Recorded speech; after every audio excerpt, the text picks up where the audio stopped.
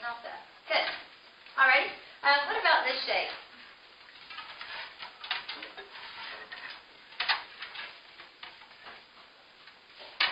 Some of you guys are making it on your on your geo board, but is this one an easy one to tell? Yeah. Yep. No way. There's one like 2 centimeters.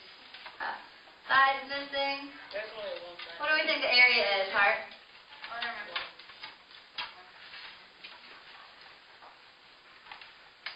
I'd say 10. Okay. Are you getting the same thing, Jason?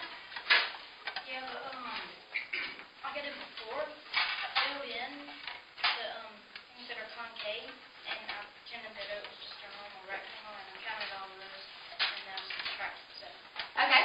So you could do, this would be a 2 by 8 rectangle, and then subtract the 7 that aren't there. Andrew, go ahead. I got 9. You got 9? How'd you get 9? I counted up all the ones in the middle. Okay, so you count the boxes. 1, 2, 3, 4, 5, 6, 7, 8, 9. Okay, so we got a different answer, and that seems to work too. What do you think, Jeff? I thought 9 too, because like, well, it was kind of complicated to think of every size. I just added like boxes up, and I got like 9 units. Okay, so what you guys are telling me is sometimes it's easier to just count boxes. Did I say I had 10? Mm-hmm. Oh, I meant 9. That's fine. But what makes this one easier to just count boxes with? It's hard to make on your geo board. It's hard to make on your geo board. Let me ask you this. Would you choose to just count boxes if you had this shape? Yeah. That'd be easy to multiply. No, I would do the side. Okay. Alright, so Abby says that instead of counting boxes, that might take a long time. What you would do is use the sides for, and I made this really big on purpose. But let's see, 2, 4, 6, 8, 10, 12, 14. So instead of counting boxes, Abby was talking about doing the sides, and Joe was saying that he would, what? You can multiply. Multiply 14 times 4. Very good. So sometimes it's okay to do or use different strategies, right? Some shapes are easier to think about counting boxes. Some shapes are easier to divide up, or like Jason did if they're concave, subtract out what's missing.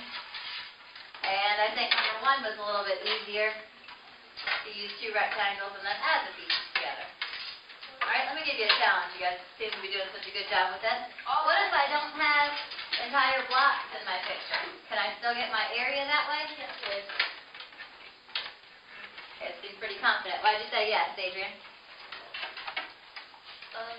Because there's there's 4 half squares, and if you add those 2 half squares, it equals 1 whole square, and you can add 2 whole squares by adding those 4 up together.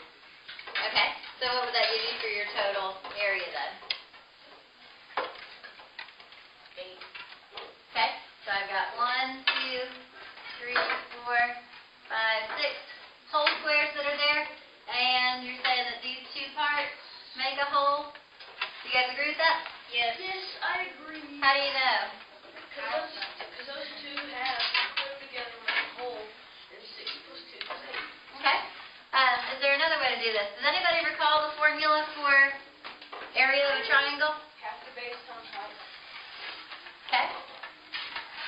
So if I want to know by a formula, half the base times the height is how I get a triangle. Why is it that way?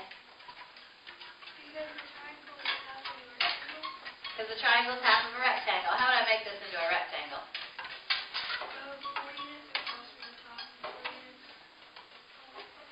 Okay.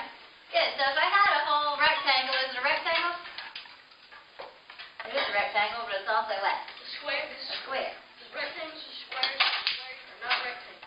Okay. So we've got a square that would be 16 units. And you're right, a triangle is half of that. That's why the formula for a triangle area is half of the base times the height. Alright, so far too easy? Yes. Alright. What about this shape? There's no formula for it. Kind of looks like the number 1 or like that PBS guy on the commercial. How could I get the area of a shape like this, do you think?